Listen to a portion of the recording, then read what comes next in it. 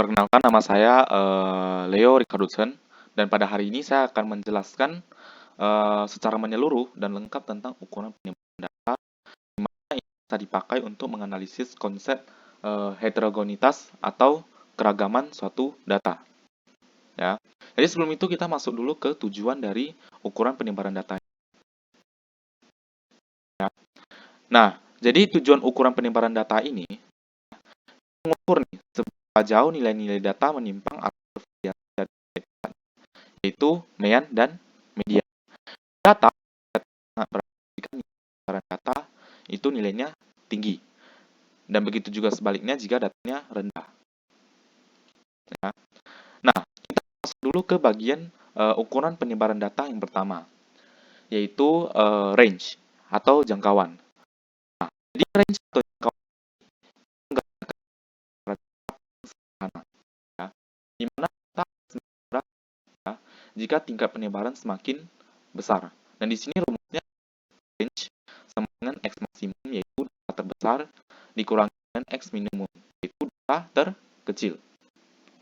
Kita akan masuk dulu ke contoh-contoh soal yang menggunakan jangkauan ini, ya.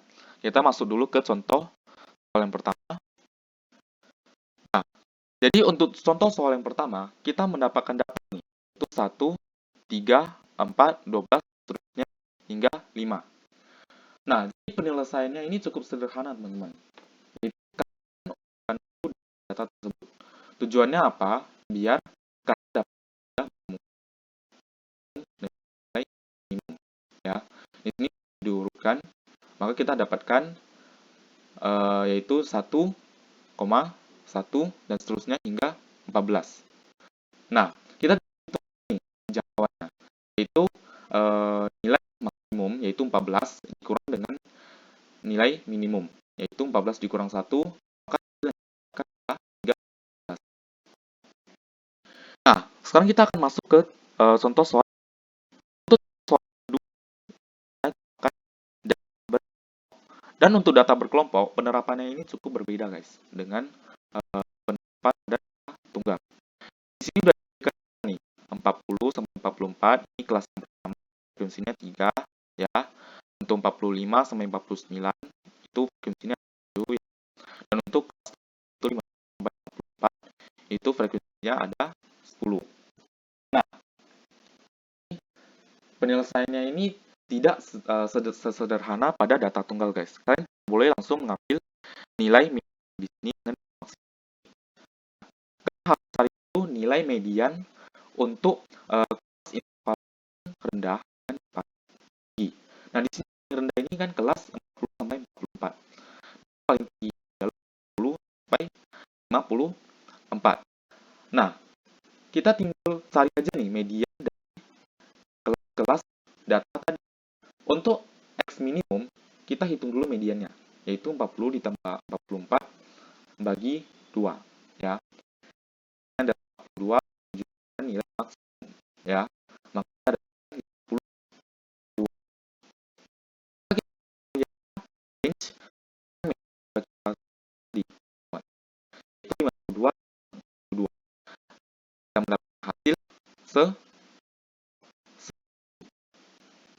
sekarang kita akan masuk ke yang kedua, rentang antar kuartil.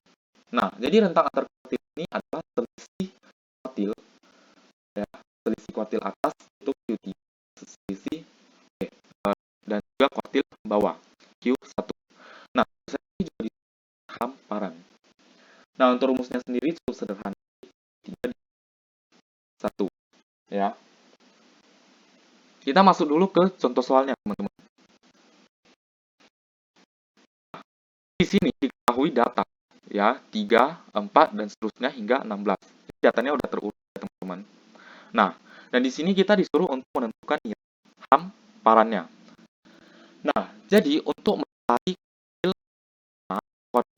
data ini, ya, itu ada dua cara, teman-teman. Dan tergantung menurut kalian mana yang lebih mudah. Nah, untuk cara yang pertama, kalian harus cari dulu median dari data.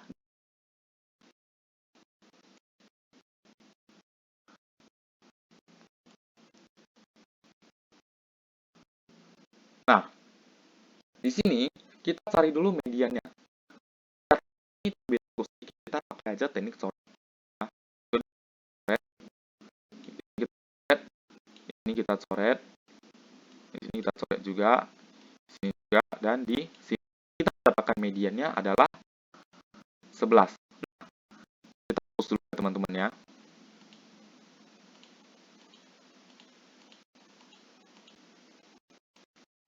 Dulu.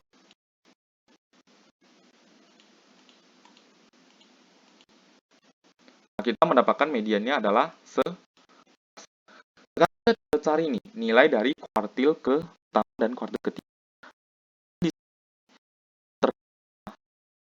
3, 4, 8 dengan 14 dan seterusnya hingga 16.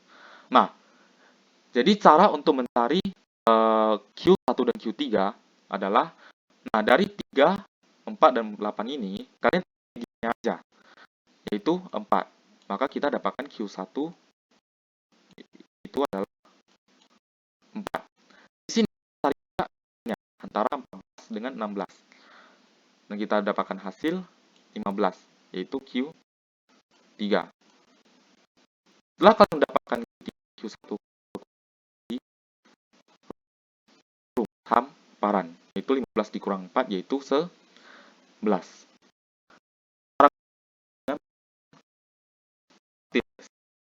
Itu data ke ya, pada umumnya itu 3/4, yaitu di sini ya, 3-nya itu dibagi 4, kemudian ini, yaitu jumlah datanya kita tambahkan dengan 1, maka kita dapatkan 15. Maka kita dapatkan hasil 11. Nah, sekarang kita masuk ke contoh penerapan yang kedua, teman-teman. Nah, di sini saya sudah sediakan data ya. Di sini ada beberapa kelas ya, kelas data, yaitu 50 sampai 59 hingga 80 sampai 89 ya. Dan panjang kelasnya itu 10 ya. Nah, kita akan masuk ke bagian penyelesaiannya, teman-teman. Jadi, untuk penyelesaiannya, kalian perlu cari dulu dari perempat N, yaitu data. Tujuannya apa? Untuk mencari letak kelas kuartil pertama dan kuartil ketiga. Nah, kita tinggal hitung di sini, maka kita dapat satu ini ada di frekuensi ke-7 dan 3 ada di frekuensi ke-21. Nah, agar kita mudah dalam mencari kelas Q1 dan Q3, kita harus menggunakan frekuensi. Kita tahu bahwa ini di frekuensi pertama hingga frekuensi keempat.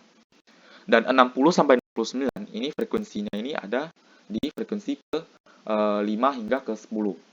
Nah, dulu dari satu ini ya. Di sini kan 7. Berarti berada di frekuensi ke-7. Nah, frekuensi ke-7 ada di rentang frekuensi ke-5 hingga frekuensi ke-10. Otomatis ya, di sini saya tandakan dulu ya, teman-teman. Maka otomatis kelas Q1 ini ada di sini, teman-teman. Q1. Dan juga Q3 21.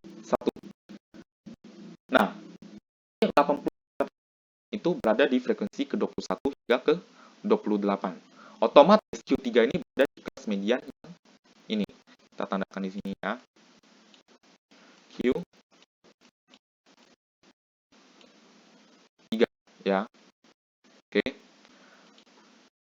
Nah, sekarang kita lanjut ke penyelesaian berikutnya ya. Setelah itu kalian harus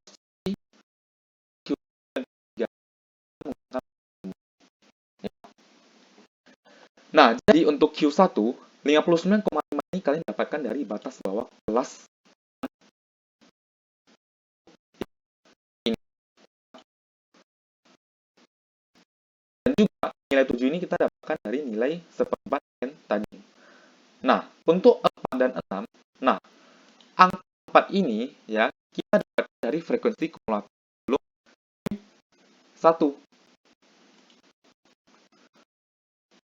Dan juga untuk frekuensi kelas kuartil ya, kita dapatkan dari kuartil yaitu 6. Ya. Dan untuk panjang intervalnya itu 10, yaitu 50 sampai 9 itu total panjangnya yaitu 10. Tinggal kita hitung aja, maka kita dapatkan hasil 64,5 sebagai nilai dari Q1. Nah, cara yang sama kita terapkan ke bedanya di sini kita terapkan nilai dari 3/4 N. Dan seterusnya ini kita gunakan nilai-nilai sesuai dengan kaidah kelas kuartil ketiga tadi. Ya. Nah, kita tinggal cari aja nih jangkauannya teman-teman. 3 tambahkan dengan Q1. Maka kita dapatkan hasil 0,75. Ya. Kemudian simpangan kuartil ya. Jadi simpangan ini adalah setengah dari hamparan ya. Ini bisa disebut juga dengan jangkauan interkuartil. Di sini rumusnya yaitu hamparan ya sama dengan 1/2 Q3 dikurang Q1. Nah, kita ambil contoh yang tadi. Ya.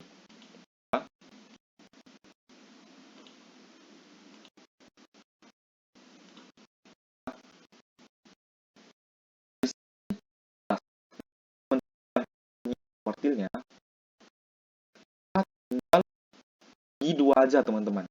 11 di 2. 11 bagi 2 kita tahu 10. Sisa yang sama dengan 10, ya kita ini 10,5 ya itu ya. Kita masuk ke berikutnya.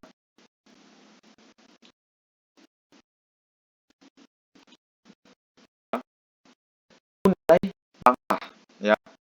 Nah, jadi yang adalah ya itu sebuah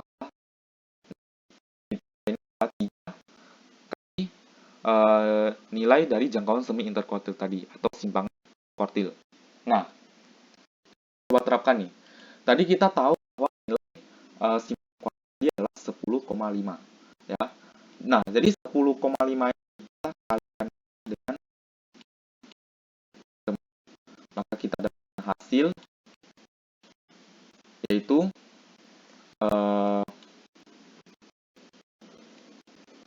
kita dapatkan hasil yaitu hasilnya adalah 31,5 ya. Kita hapus dulu ya.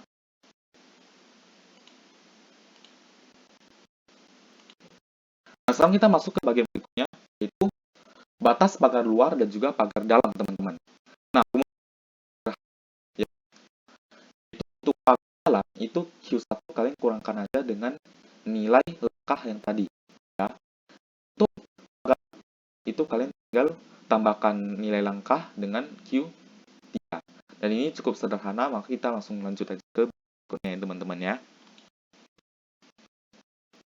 Nah, kita masuk ke salah satu rumus yang paling umum digunakan dalam penyebaran data.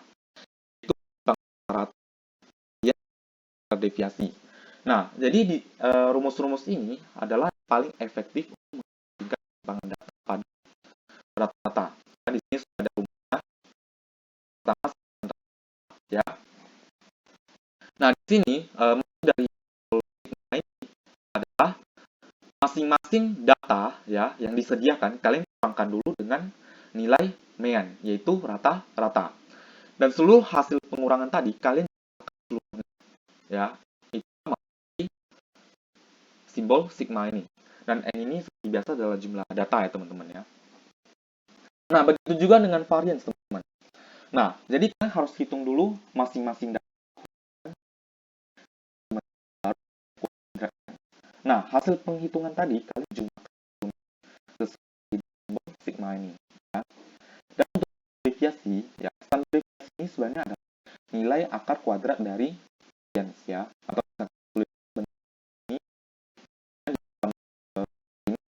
variance diakarkan ya. Kita masuk dulu ke contoh soal yang pertama ya. Nah, jadi untuk contoh soal yang pertama ya, ini saya ada kumpulan nilai yaitu 75 seterusnya hingga 100. Nah, di sini kita disuruh untuk menentukan simpangan rata-rata, varians, dan juga standar deviasi, ya. Nah, jadi pertama kita selesaikan dulu simpangan rata-rata, teman-teman.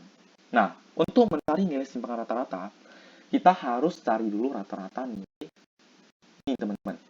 Ya, kita jumlahkan dulu semuanya. Nah, kita dapatkan hasil 675. Dan di sini banyak data 8. Maka kita dapatkan hasil 84,35. Ya. Nah, ya, kita cari dulu nilai dari data dikurang rata-rata, teman-teman. Maka kita dapatkan kumpulan ya, 14,375 dan seterusnya hingga 15,625. Dan maksud dari dua garis sejajar ini adalah nilai absolut. Jadi, hasil pengurangan F ya, sini dengan nilai mean itu negatif. Maka dua garis sejajar ini akan mendapatkan nilai positif. Makanya disebut dengan nilai absolut.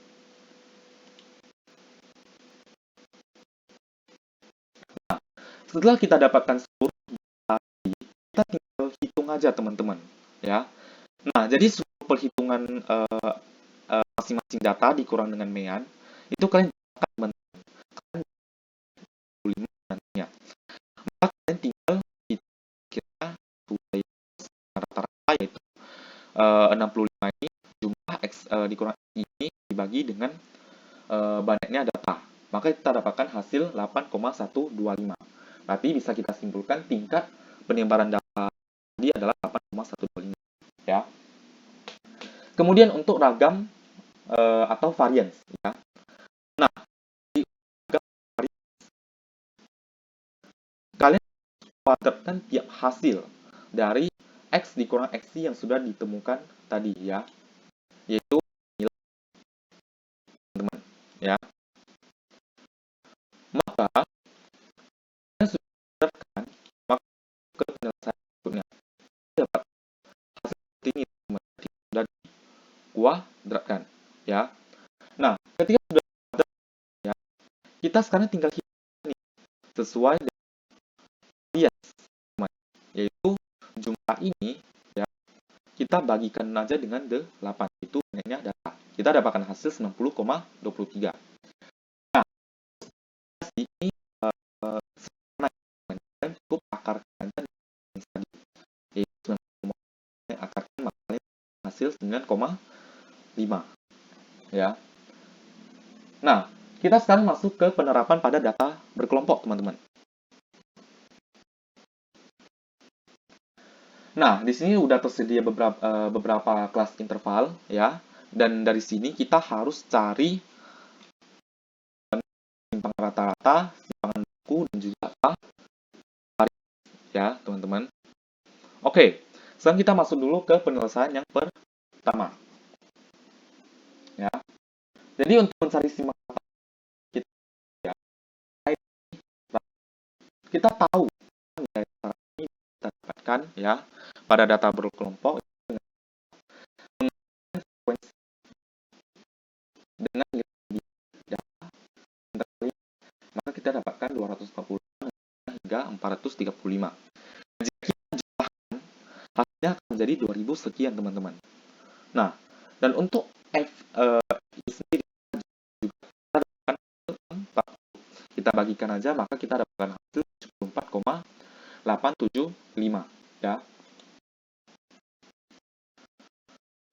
Nah, setelah nilai rata-rata tadi udah ditemukan, ya, kita masukkan aja nilai simpangan rata-rata tadi. Nah, rata-rata pada data berkelompok ini cukup berbeda, ya, dengan data tunggal, ya. Nah, jadi kalian harus kalikan nilai absolut dari masing-masing kalian harus kalikan dengan FI, teman-teman, itu yang ini masing-masing, dan kemudian semuanya, ya. Di sini sudah nilainya masing-masing. Nah, sekarang kita jumlahkan aja nih, ya. maka kita dapatkan hasil 255 sekian. Nah, untuk silang rata-ratanya kita tinggal bagi, teman-teman. Ya.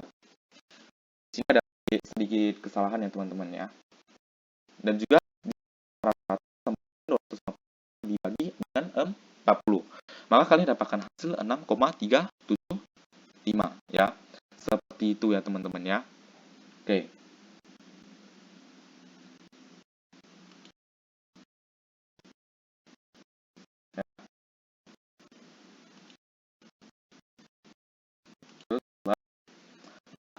Kemudian kita tinggal cari aja ya.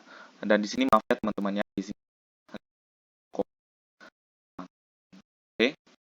Nah, ketika kita sudah mendapatkan ya silang rata-rata tadi, sekarang kita hitung nilai dari standar deviasi dan juga nilai dari variance. Kita mulai dulu dari nilai variance, teman-teman. Nah, nilai variance ya kita tidak boleh langsung mengkuadratnya karena FI di sini terpisah. Ya. Kalian harus cari dulu nilai dari XI masing-masing dikurang dengan mean ya. Nah, kalian akan dapatkan hasil 66,308 dan seterusnya hingga 73,5 dan hasil 2200 sekian, teman-teman ya, 2244,5 teman-teman. Oke. Nah, ketika kita sudah jumlahkan ya, nih nilai dari variance ini, maka kita dapatkan hasil 56, dan itu nilai standar deviasi kerja. Maka kita dapatkan hasil 7,40 sekian. Nah,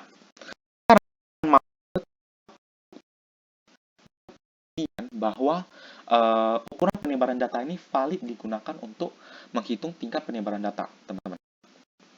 Nah, kita mulai dulu dari data yang sederhana ya. Di sini kita tuliskan 30 ya, 30 ya, 30. Oke.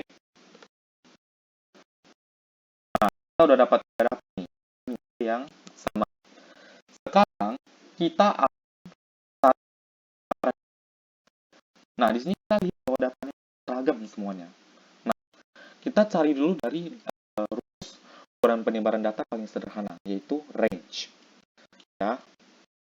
Range ya, yaitu nilai maksimum dikurang nilai minimum. Karena di sini sama, kita tinggal kurang saja 30 juga, teman-teman. Kita tinggal dapatkan hasil adalah 0. Jadi tingkat penyebaran data bagi data yang seragam. Nah, untuk pembuktian lebih kuatnya lagi, kita akan cari nilai standar deviasi, teman-teman. Ya. Ya, jadi kita cari dulu nilai rata-ratanya ya. Itu 30. Ini semua kita jumlahkan, kita dapatkan hasil ya. Nah, 90 ini kita bagi ya. Itu hasilnya 30 ya. Nah, ketika sudah dapat hitungannya nilai standar deviasi, teman-teman.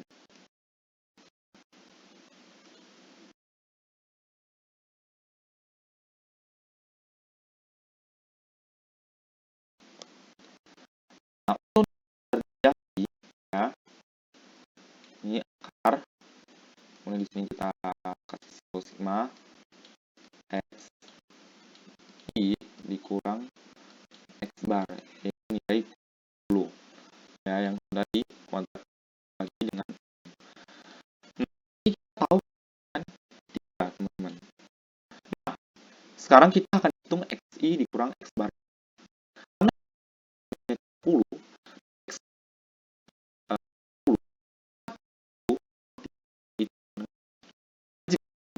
hasilnya akan tetap 0 bagaimanapun itu 0. Maka kita mendapatkan akar dari 0 per 3. Ini akan tetap 0, teman-teman.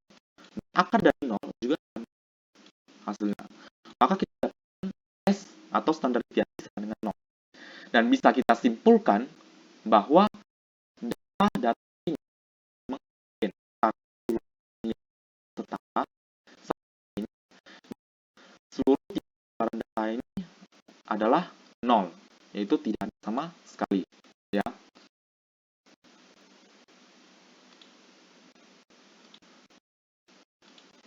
Baik, sekian dari seluruh penjelasan saya mengenai ukuran penyebaran data. Saya harap kalian bisa mengerti seluruhnya dari video yang saya buat ini. Dan juga saya mohon maaf jika ada kesalahan kata-kata ketika saya melakukan ada juga pembahasan materi. Sekian, terima kasih.